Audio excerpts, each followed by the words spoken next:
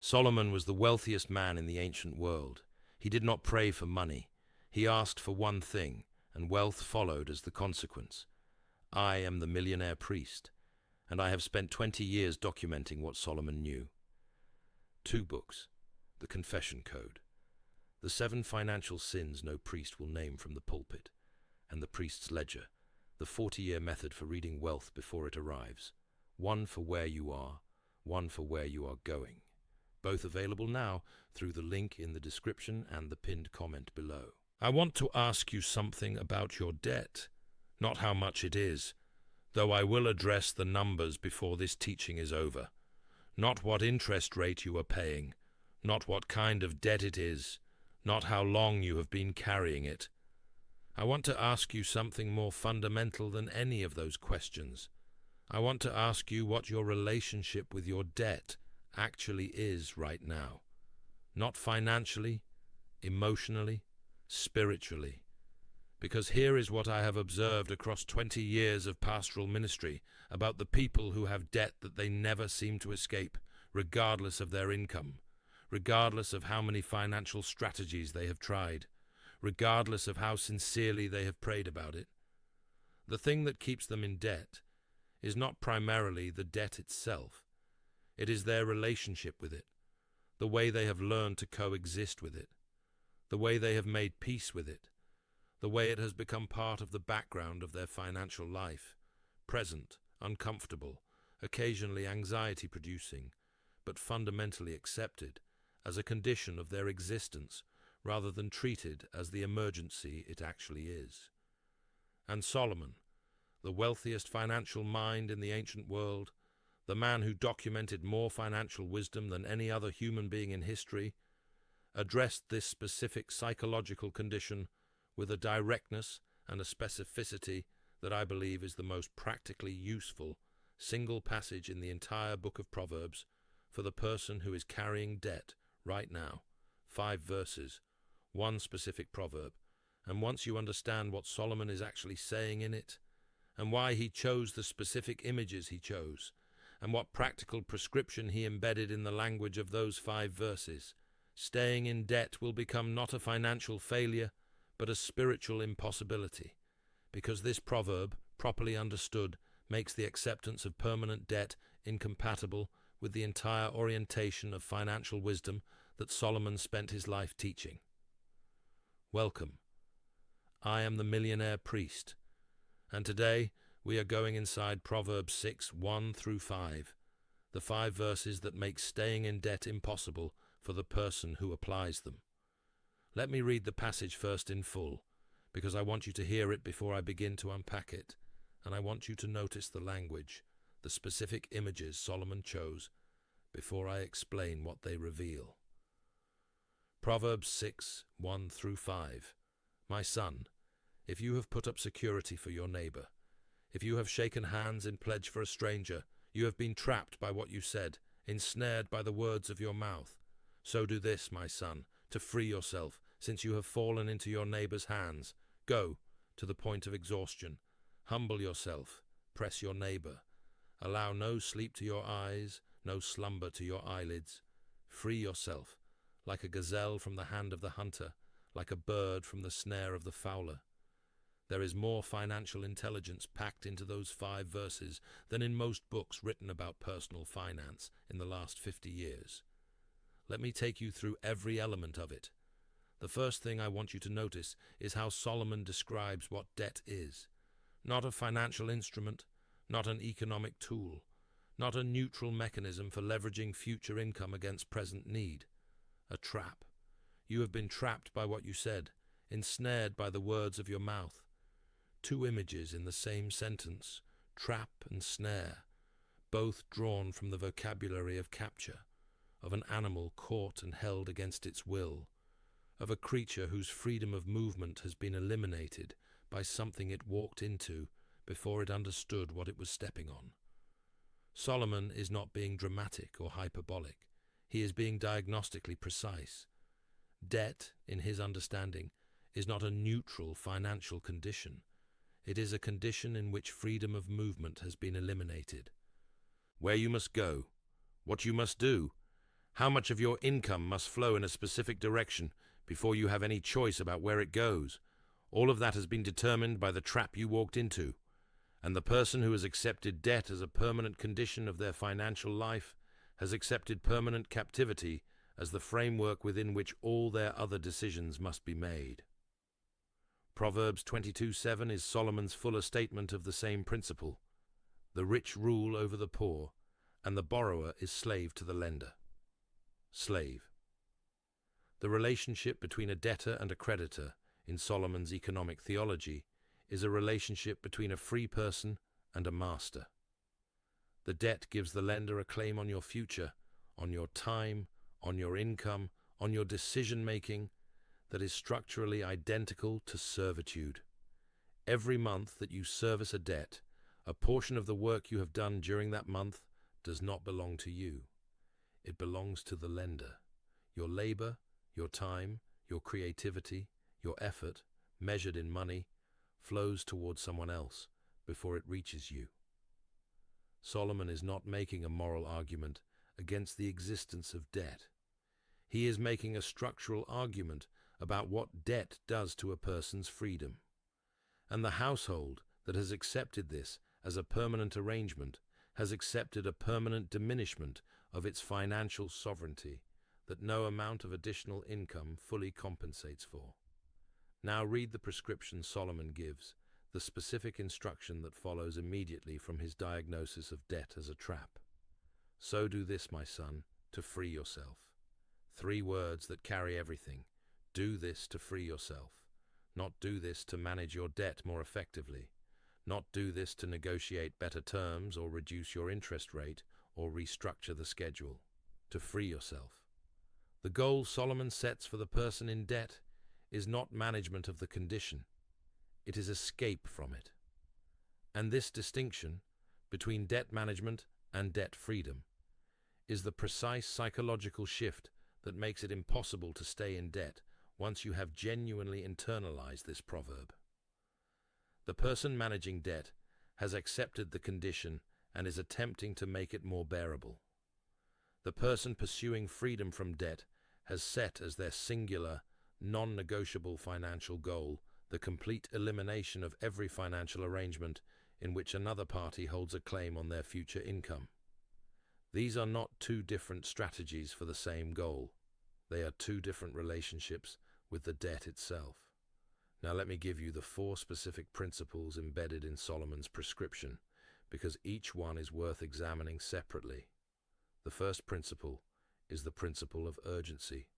Allow no sleep to your eyes, no slumber to your eyelids. This is the most striking phrase in the entire passage, and the one that most directly confronts the psychological accommodation that I described at the beginning of this teaching. The person who is sleeping comfortably with their debt, who has habituated to its presence, who does not lie awake calculating the cost of it, who has made peace with it as a background condition of their financial life, is the person this instruction is addressing first. Solomon is not saying you need to literally never sleep. He is using hyperbole to describe a specific urgency, the urgency of someone for whom the current condition is genuinely unacceptable. Allow no sleep to your eyes is the language of the trapped animal pressing against. Solomon was the wealthiest man in the ancient world. He did not pray for money. He asked for one thing, and wealth followed as the consequence. I am the millionaire priest, and I have spent 20 years documenting what Solomon knew. 2 books, the Confession Code, the 7 financial sins no priest will name from the pulpit, and the priest's ledger, the 40-year method for reading wealth before it arrives. One for where you are, one for where you are going. Both available now through the link in the description and the pinned comment below. The walls of the snare every waking hour, because freedom is not a theoretical goal, but a present, burning, urgent necessity. The financial application is direct. If your debt does not produce this quality of urgency in you, this proverb is telling you why you are still in it. The person who can sleep comfortably with $30,000 of debt has told their nervous system that $30,000 of debt is a manageable and acceptable condition. And a condition the nervous system has accepted as manageable will be managed rather than eliminated. The first principle of this proverb is the restoration of the urgency that makes elimination, rather than management, the only acceptable goal. The second principle is the principle of humility. Humble yourself. The Hebrew word used here is hit rapes, which comes from a root meaning to make yourself small, to flatten yourself, to move toward the ground. And in the context of debt, this specific kind of humility has a precise financial meaning. The willingness to downgrade your lifestyle, your expenses, and your standard of living in whatever measure is necessary to accelerate the pace of escape. This is the principle that most people find hardest to apply, because the lifestyle has expanded to fill the income, and contracting the lifestyle feels like a form of failure or deprivation that is difficult to sustain. But Solomon identifies the unwillingness to humble the lifestyle as the specific barrier between the person who talks about getting out of debt and the person who actually does. The household that is serious about debt freedom will eat differently, live differently, spend differently, vacation differently, and do so not reluctantly as a temporary sacrifice, but as a deliberate expression of the urgency described in the first principle. Humble yourself is not a spiritualized suggestion about the posture of the heart. It is a practical instruction about the standard of living that is compatible with the goal of debt freedom. The third principle is the principle of confrontation. Press your neighbor. Go to the point of exhaustion. Press your neighbor. This is the instruction to face the debt directly, rather than avoiding the calculation of it. Most people in debt know approximately what they owe, but not precisely. They know their monthly payments, but not their total outstanding balances. They know the names of their creditors, but not the exact interest they are paying to each one. The pressing that Solomon describes is not aggressive toward the lender. It is aggressive toward the uncomfortable accounting. It means sitting down, exhaustively, completely, with no amount left unexamined, and building the precise picture of what you owe, to whom, at what rate, and in what sequence it needs to be eliminated. Press your neighbor means go to the detail of it. Confront the specificity of it. Do not allow the vagueness of the general burden to substitute for the clarity of the exact numbers. Because the gazelle, once caught, does not escape the snare by running in random directions. It presses against the specific constraint that is holding it, finds the specific weakness in the trap, and exits through the precise point of release. Debt freedom requires the same specificity. The fourth principle, and this is the one that ties everything together and makes the proverb structurally complete, is the principle of the vision of freedom. Free yourself like a gazelle from the hand of the hunter, like a bird from the snare of the fowler. Two images of freedom, the gazelle and the bird, both representing the specific, immediate, total release from captivity that is the actual goal. Solomon closes the proverb not with a strategy, but with a vision. The vision of the gazelle running free, the vision of the bird in open air, and this is financially deliberate, because the most powerful force in any sustained effort is not a plan. It is a vision of the destination that is vivid enough to keep the effort moving through the difficult middle section, where the end is not yet visible, and the beginning is already behind you. What does your financial freedom actually look like? Not in abstract terms, in specific terms. The specific month when your last debt payment is made. The specific figure that represents your income when no portion of it is spoken for in advance. The specific financial decisions you will be free to make when no lender holds a claim on your future. The gazelle does not escape the snare by thinking abstractly about freedom. It runs toward the open field it can see from where it is. If you cannot see your open field, if your vision of debt freedom is too vague to function as a real destination, the urgency that allows no sleep will eventually drain away, and the accommodation will return.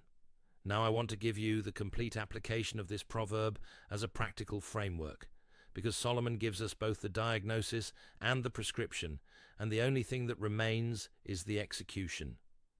The first action this week is the complete pressing, the exhaustive accounting of every debt, every balance, every interest rate, every minimum payment, every creditor, written on paper, specific and complete, looked at directly without the vagueness that comfortable accommodation requires.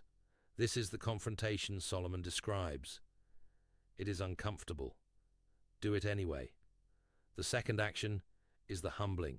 Identify one specific lifestyle expense in the next 24 hours that you are going to redirect entirely toward debt elimination. Not a small one, a significant one. One that produces the specific experience of sacrifice that signals to your own nervous system that the urgency is real and the humbling has begun. The third action is the sequencing. Using the information from the complete pressing, order your debts from smallest balance to largest and direct every available dollar, above and beyond the minimum payments on all others, toward the smallest balance until it is eliminated. Then redirect everything that was going to that debt toward the next one. This is not a new strategy. It has been described by many financial teachers, but Solomon's proverb gives it the spiritual and psychological foundation that pure financial strategy lacks. You are not doing this because a financial expert recommended it. You are doing this because a trapped animal presses against the nearest constraint and escapes one wall at a time. The fourth action is the vision. Write down tonight the specific month and year when you will make your final debt payment if you execute the plan the previous 3 steps produce. Put that date where you can see it every day. Let it become the open field the Gazelle is running toward. Let it be specific enough that it functions as a destination rather than a hope. I want to close with this. The reason staying in debt is spiritually incompatible with this proverb is that the proverb describes debt as captivity and prescribes freedom as the only acceptable goal. The moment you have genuinely heard this proverb, the moment you have allowed Solomon's diagnosis to land, the moment the trap imagery has shifted your relationship with your debt from managed condition to urgent emergency, you cannot remain at rest with the current situation. The urgency that allows no sleep is not a burden Solomon is imposing. It is the natural response of a person who has finally seen their situation clearly, and a person who has seen clearly, who is humble about what the escape requires, who has pressed through the exact accounting, and who has the vision of the open field in front of them. That person does not stay in debt. Not because the mathematics are easy, because the orientation makes staying incompatible with everything they have decided about where they are going. Leave a comment below. Tell me where your debt is right now, not the number, but where you are in your relationship with it. Tell me whether you have been managing it, or whether this proverb has just moved you to the pursuit of freedom.